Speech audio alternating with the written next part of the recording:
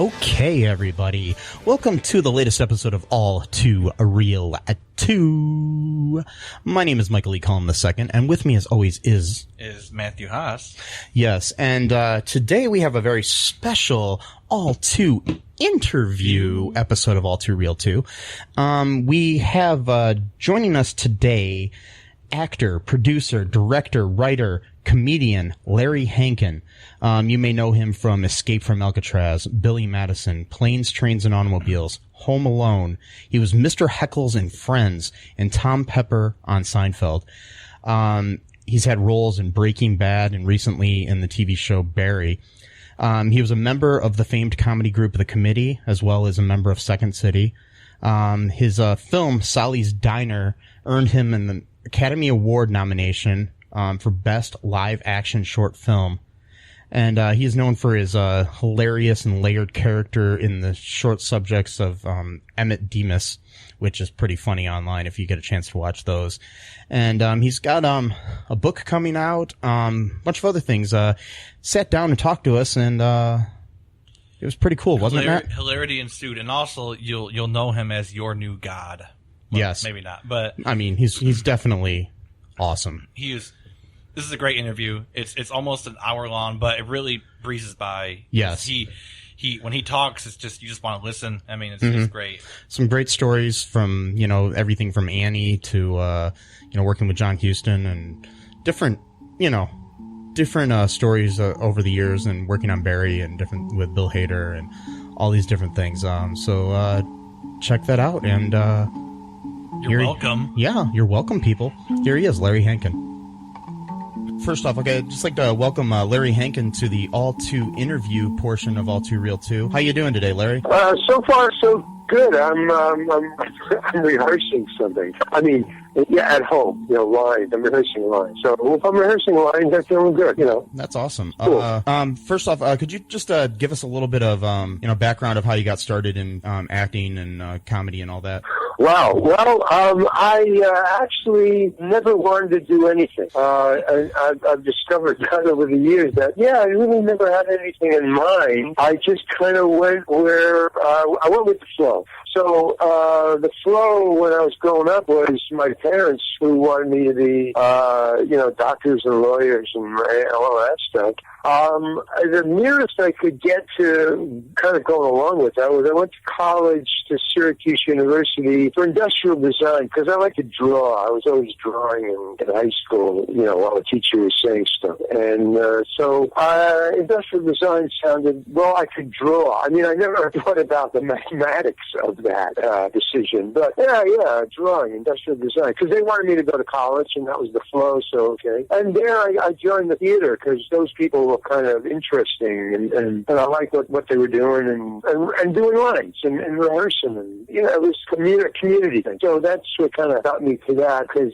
I'm, I guess, not great socially, but okay, and that was the way in. So that kept me there, and then when I met Carl Gottlieb, who was in the journalism department of Syracuse University. He later wrote Jaws, all the Jaws movies, as a matter of fact. And we became friends because he was kind of antisocial too.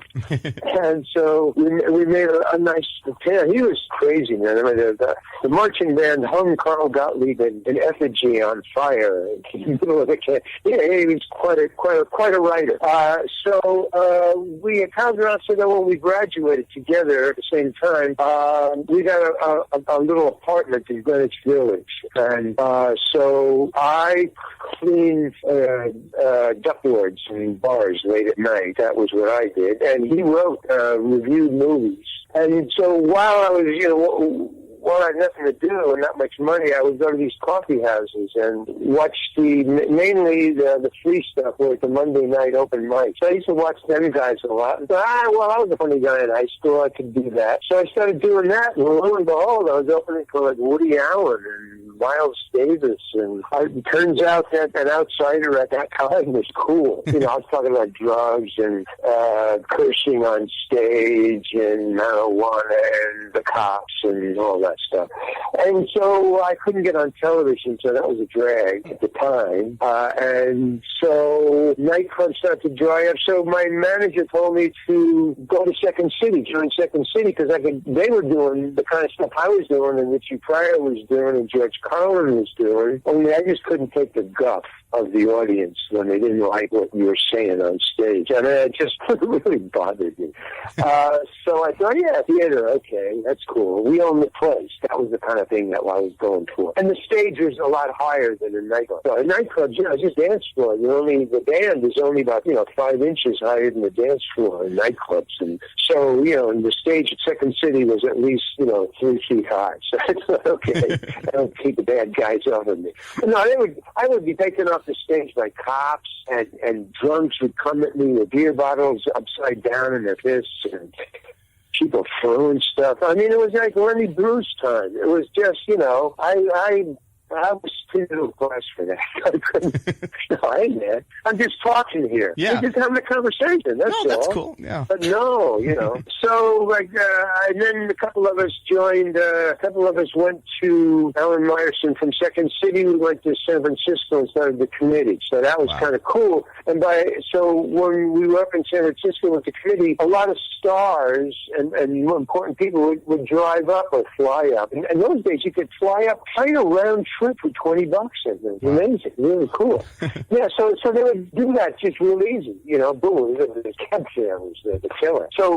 But they would see us and hire us to go down and be in a movie or a TV show. So that's how I kind of went down there. And then Carl was meanwhile writing Jaws and stuff, and he had a mansion. So I kind of couch surfed him for a while, and that was kind of cool. And then somehow Penny Marshall, of all people, but yes, Penny Marshall, who was really a funny lady. She told somebody, they said, hey, Larry Hankin, maybe he's down here. I saw him in the committee up in San Francisco.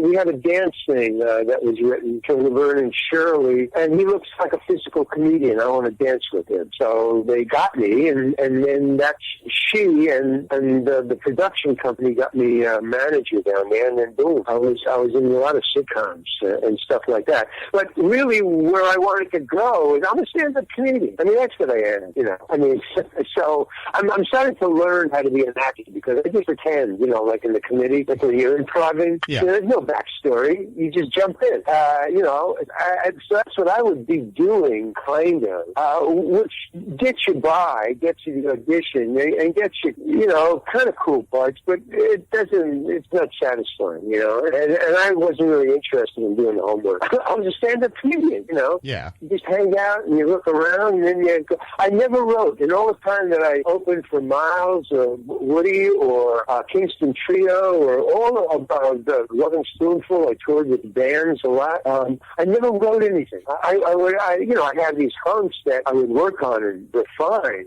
but nothing was ever written down. So that was another thing. I had to memorize other people's words. That was a bitch, so for me, because I was used to just off the top of my head and then refining something that you're already there with. So I'm now, writing my own stuff and making my own little movies and stuff. So that's kind of the art, But along the way, it was kind of a lot of fun and very funny, frankly, Oh, I wrote a book, not about it, but that's kind of the result of. I would write these little things while I was doing, even I can't read Seinfeld or any of those that era, 70s, 80s, 90s. I was writing, and just putting it in a drawer. So now I'm taking all that stuff out of the drawer. And it's interesting what I was writing about. So that's kind of my interest now. I mean, it's funny. It's satire. It's mockery. Good old-fashioned mocking. Nothing wrong with that. No. So that's where I'm going. That's where I'm heading. That's where I'm at. That's cool. Kinda. Yeah, I mean, I think it's kind of cool. It sounds like theater and just being on stage and stuff kind of got you out of a shell or something. It sounds like like a I know how that is. I'm an actor myself, so once I was able to get on stage, I was able to. I'm like a really shy person, kind of introverted normally. So once I was on stage, it was like, okay, whatever. I don't care. Especially when you have and then you had other. And you have other people around you, and you're supposed to be doing this. Yeah. Even if it's not funny right now. No, I'm getting paid to be here, so, mind your own business. Exactly. So, what would you say is like your favorite memory so far in like all of your adventures of in entertainment? Well, when I was in the presence of somebody who I looked up to, like a John Huston or there you go. And then when you go, oh, that's why he's who he is. When you suddenly, because I don't get it, I mean, my first meeting of anybody, not to my credit, it's not cool. I just look at them, oh, hi, how you doing? I don't know background. I don't carry that around. I'm not like I guess I have my own little idols and fandoms. But so, and then later I thought, that was John Huston? Oh, wow. I would have been in awe and couldn't have spoken to him. I'm that kind of person. I was just, oh my God, I didn't know. So, but John Huston, I did. I did Annie in the movie. So, and I had long hair, and I played the dog catcher, and so I kind of knew when the audition that probably they would have to cut my hair. I'm a hippie now. My hair was down to my shoulders, and so the first hint I had was, that this lady, the casting director, brought me in front of me. There's no words. I didn't have any words. He just wanted to see me. That was all. And he was in the middle of production, so he was busy with a lot of stuff. And so I was brought in, and he was on a director's chair. He was looking at the day's riches on a TV screen while people were building a set or something.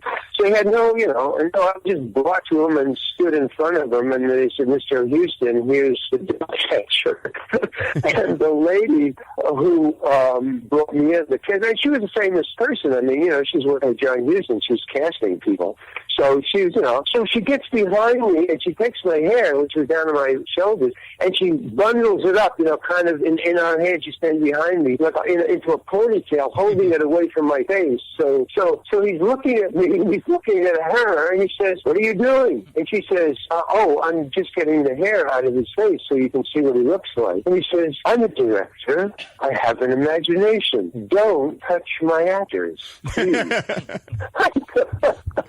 I thought, that's so cool. That is. And it's the first time anybody ever stuck up for me. And it was John Huston. That's cool. So he looked at me, he said, fine. Then he said, fine. He said, we fine. Thank you very much, sir. I don't know if he said the sir, but it was like that. Thank you very much. I said, thank you, Mr. Huston. And I was trundled out of his presence. And I thought, okay, that's cool. There's a good guy, man. Everything that I know about him has now been totally righteous, So then when I get on the first day of being the dog catcher, I got my hair all shaved off and everything. So I go into that's what I do. I generally go to the costume place first, and you report to the AD who says, here's where your dressing room is or whatever. And then I just go, where's the dressing room? I want to see my costume. I go there. So I go there, and there's tons of costumes. And I go to Louis, and I go, hey, where's my costume? Oh, there he is. He's over there. So I go, I'm the dog catcher. Can I have my costume, please? So he goes, oh, yes, sir. And he's kind of an anal attentive guy. I could just, tell. I mean, and then he hands me this. Are you old enough to remember starch and shirt collars and white collars and stuff? Yeah. I mean, so he gives me a dog catcher's, which is basically a oneie, whatever you call it. Just cover. It's very thin coverall in a tan collar. It's a thin kind of cloth, but it's all folded into about a 15 by 15 inch square flat, and it's all starch. It's like a board. It's like he's handing me a cardboard board about 2 inches thick. And I go, what's this? He says, that's your costume. So I try to peel it up, literally. I mean, it starches. I used to do that to my father's collar, What the hell? It would peel up, and I'd leave the imprint of that, the person. So I was doing that, and I'm going, this is ridiculous, man. I can't even get into this. I'm trying to kind of unfold the sleeves and get my hand up into this. I said, this is ridiculous, man. I'm a dog catcher. I'm catching dogs all day, man. I'm carrying them. This is 1930. I mean, what are you doing? He said, that's your costume. I said, no, I won't do this. I'm not putting this on. No. I'm an actor. I'm standing my ground. I'm speaking for my character. My character wouldn't be wearing this. So he goes, oh, really? I go, yeah, really. He goes, I think we're going to have to see Mr. Houston about this. I go, okay. So he takes it, and he tries to fold it back up. It's hard trying to get into it. So he's folding it back, and he's putting it into a little bundle, and he's taking me, like, by the show. I'm going, because I'm not fighting this. This is, hey, man, this is my stand. So he's my character. You speak for your character. So he's taking me, and now it had rained the night before. This is daytime. It rained the night before, so we're out of the end of wherever, the hangar. We're walking across, and so there's puddles all over. There's puddles here, but it's drying up. No big deal. We get to there's John Huston, and again, he's looking at the directions. He's not paying any attention to anybody. And I'm stood in front of him. The guy stands me on it, and he goes, Mr. Houston? Oh, he goes, oh, hello, Larry. Welcome to the set. I go, thank you. And then he said, well, what's going on? And so the costume guy says, this dog catcher here, this actor will not put on this costume, and this is his costume. And I said, well, look at it, Houston. I mean, there's starch in it. There's starch in it. I'm a dog catcher. And Houston had taken us on. He's very calm there. And he just says nicely to the costume guy, would you please give me the costume, please? And the guy says, yes, sir. And everybody calls him sir. Yes, sir. And he hands it to him. And John Huston gets out of the director's chair with the costume. And he walks over to a nice puddle. And he throws it in the puddle. And he walks in the puddle and he steps on it. And he gets it all wet. And he gets it all wet. And then he picks it up and he hands it to the costume guy and says, dry this off and put this on this actor. Thank you, Larry. Goes back to the TV set. I thought, cool. Now there's a guy. Yeah. There's a director. That's cool. Now, he didn't do that all the time to everybody. It was just the Bo Jess. I mean, these guys, there's such a thing. And I've seen them. And they're amazing. They really are. And it makes sense. I mean, you want your character to wear the right outfit anyway. So, and plus, he... Well, but here's the thing, man. Okay, here's the thing. You do that today, or I do that today. Even me and the majors today, they'd be fired in 2 seconds. What do you mean you're not putting on this costume? Who the fuck are you? I mean, that's all. Thank you very much. And then you get another guy, and I've seen that done right in front of me too. Wow. Thank you very much. And it's been done to me. I mean, yeah, but then there's these standouts where you go, oh, right, okay, got it. Yeah, that's real. And there's a guy who, everything that anybody said about him is true. Oh, okay. So that's just one. But there's like a lot of, I've had the other way. Here's the exact opposite. It happened to the same guy. Years later, I was doing the committee. So I was part of the committee, and we were famous. We were hired as a group to be in a movie. Jane Fonda movie. Did about a seaplane, a really cool seaplane. I don't know what it's called.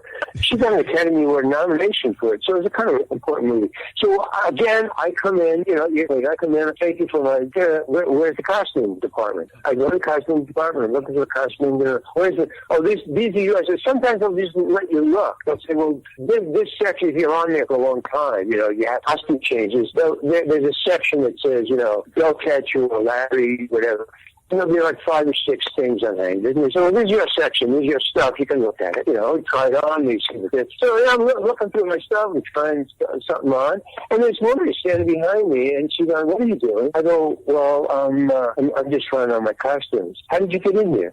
"Well, I'm an actor. I just came in." "You're not allowed in here." "Well, yeah, I am. I just asked those ladies over there," and they go, No.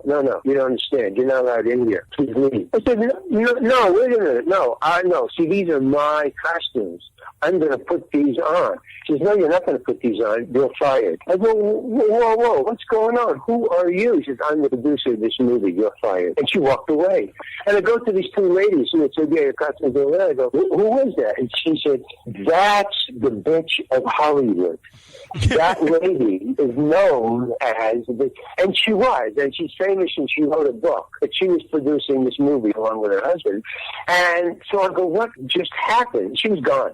So I go to Alan Myerson, who is the director of the movie, who is the director of the committee. I go, hey, Mayor, I can't, you got to get in your costume. You're going to be in the next scene.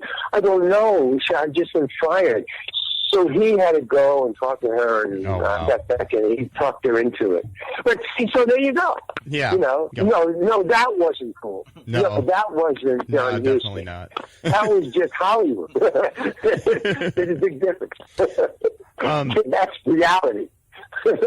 So, it comes and it goes. Hi, folks. This is Michael E. Cullen II from the podcast that you're listening to right now, along with manager Matthew Haas. You got promoted? Yes. Damn it. Okay, anyways, folks, do you like the show Superstore? I don't know. I asked the folks and nobody's answering me. Because they're not here. Oh, but we love damn it. Yeah, we love it, though. Okay, folks, if you like it as much as we do, you're really going to like the Super Story podcast, which is a podcast where Matthew and I go episode by episode and give our little opinions and thoughts on it. Sometimes we have guests, sometimes we don't. Just depends on how we're feeling. Yeah. And, so if you like this podcast and like our little crazy banter, then you should definitely check this out. Or I might get sad. And when I get sad, it gets pretty sad. Yeah, so I can't deal with him when he's sad. Yeah, no one can really. So, yeah. So check out Super Story Podcast right here where you get this podcast, Super Story Podcast. Minstrel, fetch me the finest French horns! Meet Kaylee Fawn, scientist in mind and supervillain at heart. I remember when my parents made a fuss over me. They hired my TV idol, Professor Phenotype, to visit us for my 6th birthday party. Now I'm not legally allowed near flammable materials until I hit menopause. Or was that the other way around? Face my mastery over the elements! You can hear Kaylee Fawn and her exciting adventures in the upcoming radio comedy, Magus Elgar. Visit MagusElgar.com to download your copy today. Do you ever get tired of people like recognizing you from any of the films you've been in or anything like that? It depends upon the vibe, the intent. A lot of people talk about intent now. It depends on the intent and the assumption that you know me. Yeah. That I'm, and I can see why. I totally understand why. I mean, your living room a lot. If you recognize me, then you've seen me once or twice. So okay. But then there's the assumption there. But I don't know. There's something cool about it that you can't deny. You can dismiss it by saying it's part of the territory. Well, you asked for it, or hey, that's what happens, or that's the other part of it, But then you got managers, and you got negotiations, and you got screwed. That's part of it too. Yeah. So it's a draw. It's a wash. It really. I let it go. Whatever. But I remember when it did bother me. That's why. I just said, well, you don't know me. What? Or it was because okay, you said you were shy. So I'm as a private person generally. Yeah. You take it as umbrage, not you like my work. I'm sorry. I thought you just were getting in my space, man. I didn't get it. I read you wrong, which is what people like me do all the time. That's why I'm shocked. Yeah. I'm not, it helps not just railing today, I guess, to myself. I'm always writing stuff. Yeah, about the assumptions that I make about reality that are amazing. But I'm looking at, I live near the beach, so there's always a lot of people. And I grew up on the beach, in Far Rockaway, Long Island, which is, and I was a lifeline. So, I'm used to the beach. That's my kind of, But still, a lot of people just like throw me, you know. It's just, I'm not seeing what you're seeing. You're seeing, hey, it's umbrellas and we're going swimming. And I'm going, this is a chaos about to happen. I'm getting a rash. I don't know what's happening. It's just, whoa, I'm going home. So, you know, and sometimes people, there's no way to explain that in the moment. I remember as a kid, I would, you know, like the first time, I was 15 or 16 or 14 or something, I got a camera for the first time, you know, single shot photo.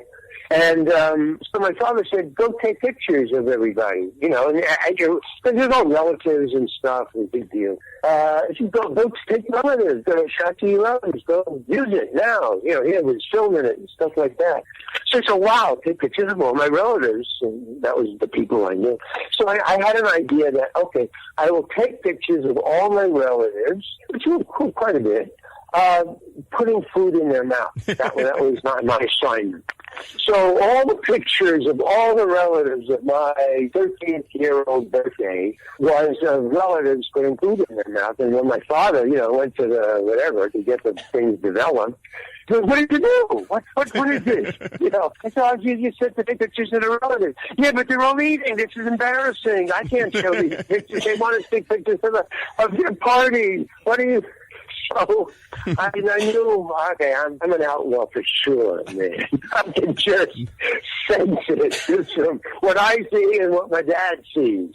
You know, that reminds me a lot of a time I was at my grandma's birthday party, and my mom gave me a video camera, and I'm a filmmaker, and she's like, go, you know, you like making film, go take a video of everybody and do whatever you want. And so I made this like really weird artistic film of my grandma's like 80th birthday party, and I was like filming the money tree they had at the party and the presents and stuff, and there was hardly any people in my product, and my mom got really mad at me. So yeah, so I understand where you went. So yeah. You know, you don't give creative people a license, you know. Yeah, I mean, it's just, yeah, and you know, it took me. But you see, the thing is that a lot of people who I now, or I did look up to even when I was young, got figured out really right away when they were young, and they said, oh, wait, I can make money of this. Yeah. And it took me a long time to figure out, oh, no, I see, no, I'm abnormal and I'm never going to make as normal. But I can make a lot of money off of it. Okay. It's just, you know, but it was the business stuff that, you know, just kept me at arm's distance. I don't know, you know. But, yeah, but it's just cashing in on it. It's just, and finally when you get there, oh, well, actually, as an improviser, that's what I was doing. I was just, you know, taking shots of human beings putting food in their mouth, and that was called Second City and, you know, the committee. just mocking. Hey, this is my species, man. You know, that's what I was complaining about today, about my species is frightening. I mean, you know, we're the only animals, you know, carrying around bombs in our pockets. What is that? What are we doing? What if that's not us or them or black or white or red or green? That's up or down. That's not spaceship Earth. That's tenement Earth. We're living in a tenement now. You know, and the rich people are just on top throwing the garbage out the top, and, you know, the people at the bottom. It's top and bottom. Yeah. It ain't you and me. It's top and bottom. So, you know, I mean, I'm just, nothing is all I can do, you know. I've until watched the apocalypse, you know. So I've been watching some of your videos that are online of the Emmett Demas and things like that. Those are cool. Those are pretty funny. That's cool now. Oh, cool. Yeah. Good, thank you. That's all I can do. You know, that's all I can do. I love the use of the name Emmett. My grandfather's name was Emmett, so I just anytime I hear that name, I'm happy with that. So. Oh, cool. Yeah. Emmett Kelly. Yeah. Emmett Kelly, too. That's probably where it comes from. Yeah, the clown. Yeah, so I know there's kind of like almost like a resurgence of people probably recognizing you due to like Hulu and Netflix with Seinfeld and Friends. I know a lot of people watch Friends. I've probably watched every episode of Friends about 12 times myself. Wow, I don't know. It's something I put on in the background when I'm cleaning the house or whatever, you know. Yeah. So, have you noticed a lot of like younger generations of people noticing you now? From that? And then people. So now there is a difference right away, which I never had. I was just talking about this. I mean, it's amazing because it's blowing my mind. Because you start to fade, you get into your own thing. Oh, I'm doing this now, and all of a sudden, it's noticeable. I mean, I do notice it, and then people mention it to me. Like I was talking to this lady, came up to me and saying, hey, I saw you on blah, blah, blah. I said, you saw me, how long ago I did that? And she goes, oh, yeah, but I said, why were you watching that? And I said, well, my daughter, I just was friends. I said, but you're not like a teenager. What? She said, no, my daughter was watching it. She's a big fan of Friends. So she's a big fan of yours. And, so am I, so blah, blah, blah. And I mentioned, and I go, oh, that's, I know. She says, yeah, have you noticed that? I go, well, I'm beginning to. And she said, well, yeah, Friends now and Seinfeld and all those old shows are in resurgence. It's not me. It's but it's a tsunami, and I'm a cork. And it's cool. Mm-hmm. And so, yeah. But I have noticed I'm getting invited. Here's where I noticed it. I noticed it in like Comic-Con and ChillerCon, where I get invited to sign autographs. That's you're an old timer. That's when you're like the antique show. You are what somebody has brought in. It's really weird, man, because the time is being collapsed. It's like I'm in show business like it's dog years. It's like 7 years is what you get now. You're famous and gone, and famous again, and that was like 3 months ago. I just started. And now I'm at Comic-Con signing autographs. Okay, cool. So it's really interesting. But that's where I noticed it. I was being invited to autograph shows where I've never been invited before. And I'm looking around at the other people at the other tables, arena. I'm looking at all the other people who are signing autographs, and I'm like, these people are old timers. And I'm going, well, I'm here, so I guess. Hi, that's funny. Why am I here? Yeah, that's really what I'm thinking. Yeah. Why am I here? But on the other hand, it's something I've been going for and towards, and it's just my own little thing. But when I was in the committee in Second City, I would tend towards the improv. We were like 18, 19, 20, 21, 22, 23, that kind of age group. Well, I would always tend towards being the old-timer in the scene. And there was a scene we were working on for a long time, just between me and Hamilton Camp, where we were two old-timers escaping the home, Now we're getting out of here. I can't take this back anymore, And we're getting out. And it was funny, but we could never get a beginning, middle, and an end. It was just like funny in spots. We could never quite get the whole thing. So I never went into the show. But we always brought it up when they would sort of say an old thing. We said, let's try that, see if we can get it together. So now I'm seeing, and all along, Emmett, that's where Emmett comes from, those scenes. Emmett was always older than me. Like Charlie Chaplin was like 18 or 17 when he was doing that Little Tramp with the mustache. Yeah. He was a kid, It was like cool. And even Buster Keaton, they were 18. That was amazing, Yeah. So you always decline. I think generally the clowns are always older because I guess more physical and able, So anyway, that's where Emmett came from. And now that my hair is gray and stuff, I'm like, well, now wait a minute, I don't have to get a wig. Okay, cool, man. So I'll be able to figure out that scene with Hamilton. Only now I'm doing it with Emmett, and it's working. That's where the Outlaw and the Demons came from. And now I got a new one, Barnaby Justice, which is in the book that I just. It's coming out in November. A book called I don't even know the name of my book. I can't remember that. That I can't remember. It's called the Loopholes Dossier. That's one story of 3 biographies that I made up. I always wondered, biography. That would be interesting in my life. I want to make up some 3 really cool biographies, That's and cool. mock them. And so so Emmett became morphed into Barnaby Justice, who's a homeless guy. But he's an old guy, and he's on kind of very street, old street. He's been homeless for 40 years. So he knows what's going on. It's really cool. Because I was homeless for about a year. I lived in my car up in San Francisco. And you just see stuff. So anyway, that's kind of where I'm at now, is I can actually do the characters that I was pretending back in Second City in the Committee. So that's kind of a trip. And that's what I realized, consciously, totally, when I was going to the autograph signings. Oh, I get it. I meant it. Right. All right. Hey, folks, this is Michael E. Cullen II from the podcast that you're listening to right now, along with Matthew Haas. We just wanted to tell you about our great podcast called Super. It's called All Too Real. And on that show, what do we do, Matt? We watch biopics, and then we talk about whether or not the movie matched up with the real story or not. So it's a lot more exciting than that, though. Yeah, so we analyze the real story and the real story. Get it? Real. Yeah, they're spelled differently, folks. You can guess which one I said which way. Anyways, so sometimes we have guests, sometimes we don't.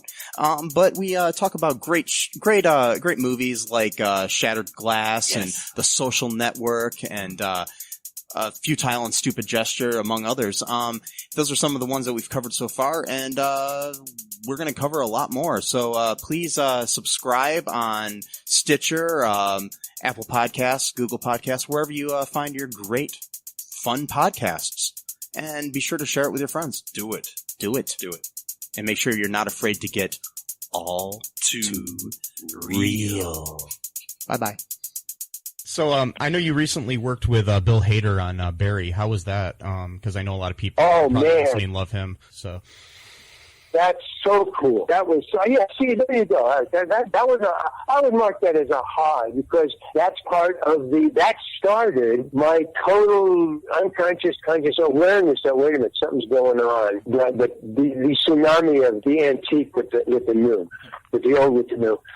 I hadn't worked in the business in 4 years, at least. Not one job in Hollywood at all in 4 years until they called me, Barry. So that was out of the blue, because I was doing my own. That's when I was filming the Outlaw and Medina. I made 3 of them. I made 4. Then I made another one. I was just shooting my own movie. And getting low on cash, so I thought, wow, thank God. But anyway, so I went there, but it was all different than what I had left behind. And I guess the reason I left was I had done, I've been here and I've done this. There was nothing more here. It was like old hat. I just wanted to go away and, okay, I learned what I needed to learn. That was my college years. Now let me see if I learned anything. And then Barry called me, and that was so professional. And the great thing was everybody there I admired. I mean, I admired Bill Hader. I admired his writing, producing partner. I admired the crew, the cinematographer, the costume people, because everybody was on the same page, man. That was so terrific to be around. Everybody. I mean, even when I didn't know what was going on, I didn't know whether what I was doing was right on. It turned out it was. In other words, it was kind of like, no, these are my people, finally. I mean, not in any kind of social, but professionally, this is my humor. These people get what Bill Hader gets, what I get, what I like, what you guys like. This is what I live at. This is what I would watch. I finally am in a show where I like what I want to see this show. That's what I was thinking. Yeah. What I was doing. So that's kind of, so that relaxes you. Like, I'm among people who will allow me to be what I'm going to go for. And it turned out that what I was going for was not what Bill Hader had in mind at all. I mean, that was spoken about after I did it. Oh, wow. Not before. Yeah. But they liked what you did. Again, see, that's the Bo Jest. That's the Bo Jest of the producer, the director, the writer. And they're all 3 are the same. They all work together. There's 2 guys, Bill and I don't know what the other guy is, but he's brilliant. They wrote it a whole different way, and I came up with that because I'm not an actor. I'm doing an old guy from the committee. That's what was in my head. But here's why. Yeah, I mean, I was talking about this to an actor the other day, a real actor who's making his living at it, and he wants to be an actor, and that's what he does, and that's what he is. And it doesn't matter what you're thinking, as long as you're thinking something. It's what the audience thinks you're thinking. Exactly. That's where the acting is. Mm-hmm. It doesn't matter if you think you're thinking about what the story is about. If they assume that you're thinking, that's good enough. Mm-hmm. That's what's so great about it. So anyway, with Bill, it was the first time I was making a backstory. I'd never made a because I'm a committee taker. I just read it and go, yeah, okay, I'm going to go out on the stage. It's just memorizing the stuff. That's, I know what gets me, at the hard part. Anyway, so I thought, okay, I made up his backstory, whatever, old guy, and his backstory. And I come in and I do this part. And Bill Hader loved it because he never said one thing to me. They never gave me any kind of direction. They just let me do it. And I thought, well, I guess I'm doing something right, or I don't know what's going on, but I just keep doing it because I don't know how to do anything else. And then later, Bill or somebody, somebody important that I thought was, I think it was Bill. That's not how we wrote it. But I said, well, why didn't you tell me? He said, no. We wanted you to do what you were doing. And I go, oh, cool. He said, yeah. I said, yeah, because I can do it again. I went, no. That was fine. So that's what I kind of, it was just personal, just off on the side. But, okay, that's what an actor, I think, wants. And they said, oh, okay, I'm telling the story you need to tell in my own little way. I'm not getting in the way. I'm not getting fired. That's where I'm at, Just move it along, just tell the story. And the fact that it wasn't what they had in mind, but that's why you hire good actors. Because generally, if they're really good, and that's what the good actors do, they come with something you didn't have in mind. That's why you hired them. Not to do exactly, except for, I hear Spielberg wants you to do what he had in mind. Yeah. That's the struggle back. I hear David Mamet's like that, too. Yeah. Who? David Mamet. I hear he's like that too. Like you have to say the words exactly. Yeah. Right. Yeah. Right. But see, that's a part of the gig too. Mm-hmm. I mean, it's nice that you get the Bill Haders, or you're doing it the way they saw it. But my agent a long time ago, one I used to have, he said a very important thing to me. He said, Larry, there's two ways you get a part. You either walk in and they are looking for you, it's yours to lose, or they are not looking for you and you change their mind. That's it. He says, and they're not looking for you. So there's your assignment. I said, okay. I said, cool. As long as I got something, I can work with that. At least I'm not going in stupid, I got something to work with. And so, but I always remember that. Okay, man, just, because you're not, here's what saved me in time. It saved me trying to be what they wanted, what I thought they wanted me to be. That's a waste of time, because I can't do that. Some people can. I guess that's what actors do. I'm not an actor. I'm a stand-up comedian, I pretend, but I'm learning. I'm willing to learn. I mean, I'm not putting it down. It's a great craft and way to do stuff and tell your story. And it's just there's work that goes into it, And I wasn't. You got to be willing to do the work. That's kind of a no-brainer there. No-brainer is you got to do the work. Yeah. And I think a lot of actors are just doing what you're saying, pretending. I mean, it's not like really, I don't think there's people more are so sensitive. Yeah. Well, that's true. I think that was the other thing. That's the other. I mean, you got to know where you are. Mm-hmm. In the scene, you got to know that. But you can't act because they see you acting. You, the audience. We see what you're doing. You're not there. I see it. I mean, people read body language like it's their second language, which is probably their first language. Yeah. I mean, that's why it's movies. Mm-hmm. I mean, they say, come on, man, either be there or go away. I get bored. That's not a good thing, but I get bored very easily. That's why I probably can't memorize lines. Yeah. Yeah, I read it. I know. Yeah, I read it. I saw it. Oh, I got to memorize it. Like, okay, cool. But as an actor, yeah. But I grew up watching Charlie Chaplin. That was fascinating. And the reason that I watched Charlie Chaplin was I wanted to find out where Mr. Chaplin was. That's why I was fascinated with Chaplin. Yeah, he was funny, but I thought I could never do that. I mean, he was doing impossible things with his body and his funniness and his budget and his pictures and his framing. No, but I wanted to see where Charlie was. And I was, I had this little thing you wheel, a little 8mm and a little toy, reel-to-reel and Super 8 and stuff. And I would stop and freeze it. And I would just look at it, and I would try to say, well, where is Charlie Chaplin? You couldn't see it. In other words, he was totally in that character, man. Even if you took his costume off, he was still the little tramp, just in his body language. And I mean, and that's why he was so hypnotizing. So plus, I mean, he's a genius. Yeah, that too. But that was part of it.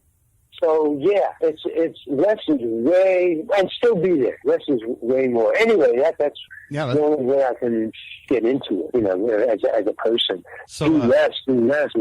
Yeah, before we let you go, what advice would you give anybody that's young and starting out as an actor or a comedian or director or anything? It was to mention people, you were nominated for an Academy Award for Sally's Diner, which was awesome too. That was a great movie. But like anybody that's trying to get into the business, I mean, not necessarily for fame and fortune, but just wanting to do the craft. Be at the right time, at the right place, and be really cool. No, I mean, there's no... Yeah. Okay? Yep. Got it. Okay, so here's the thing. Ask around. Like you just asked me that question. Mm-hmm. Ask around. Go a lot of people, not just one or two or three people, but a lot of people, and don't believe a fucking one of them. But make up your own mind. But, just like in tennis, don't play with a professional until you hit that ball against the wall at least 5,000 times. Then go, try to play tennis. Now, tennis is not about hitting the ball 5,000 times. It's not about that at all. Just do it, put in the work. You got to put in the work. Whatever it is, I mean, that took me so long.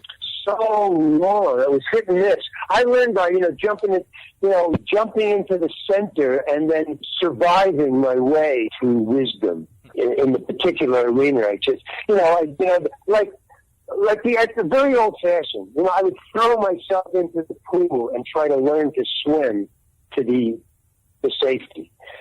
I mean, that's what it is. It's not, there's other ways to learn, and also, pick your fights, But the thing that I also learned from me is, it's not the same, If I had to give myself advice to how to get into show business today, I mean, just from what I just told you guys, you can't do that anymore. I mean, just listen to what I just told you. Yeah. Are you willing to go through that to get to where I am or you want to be? Well, maybe I was willing to get to where I am, but are you willing to get where you want to go by doing what I did? I doubt it. So you gotta figure it out. That's good advice. I mean, you can't just jump in and expect to be given a role on a show. I'm going to Hollywood and I'm going to be famous. Hey, some people are born doing it, and some people have it kicked out of them, and they got to learn it all over again. Mm-hmm. I mean, it's just you got to. Oh man, you can go on. Yeah. Hey, let's see. You just open up a can of worms. You gotta want it. You gotta want it. That's it. Mm-hmm. You gotta want it. Just try to invent yourself. Well, thank you for your time, Larry. I think we could talk all night, but I don't want to keep you all night and everything. Yeah. So, yeah, this was great. I appreciate it a lot for you coming onto the show. Cool, man. You guys are cool. Thank you very much for having me. Yeah. Is there anything you want to? Oh, and by the way, I'm coming out, and it's not my movie, but I'm in a big movie that I can't tell you about because I had to sign an NDA. That's coming out in late fall, early winter, but you want to see it. I mean, whether I'm in it or not, you're going to want to see it. But I'm in it, and I got a nice part. And the other thing is to coincide with that. My book, The Loopholes Dossier. It's just mocking stuff. It's funny. It comes out at the same time. It'll be on Kindle and Amazon and stuff. So in the late fall. And meanwhile, I'll be making my little, 1 minute, 2 minute, little Barnaby Justice Emmett things. Awesome. Check those out. on the internet. So thank you, guys. Yeah, thank you. Have a good evening. Okay, bye. Bye. Bye. Okay, that was amazing, wasn't it? Yes, Yeah, indeed. I loved all those stories and everything. I hope you all enjoyed those. And, if you want to hear some more like lengthy interviews like that, just let us know and we can set up some interviews with people from pop culture in general, and we'll get them to you. Anything else to say here, Matt, before we go? Just as I said in the beginning, you're welcome, people. That's my new catchphrase. You're welcome, people. You're okay, everyone. Mine is you're welcome, people. I love it. Yeah, it's like a Howard the Duck almost kind of like voice. You're welcome, people. I don't know. I hope you enjoyed that, folks. A nice little break from our direct-to-video sequels and other things that we've done more often here. But be sure to tune into the next episode if you enjoyed this episode and this is your first time listening. We have a lot of fun with this show. So tune in to the next All2ReelToo, and until then, bye-bye. Thanks for listening to All2ReelToo podcast, a Cullen Park production. Produced and edited by Michael E. Cullen II. Music by Matthew Hawes. Subscribe and share the show. Visit us at cullenpark.com.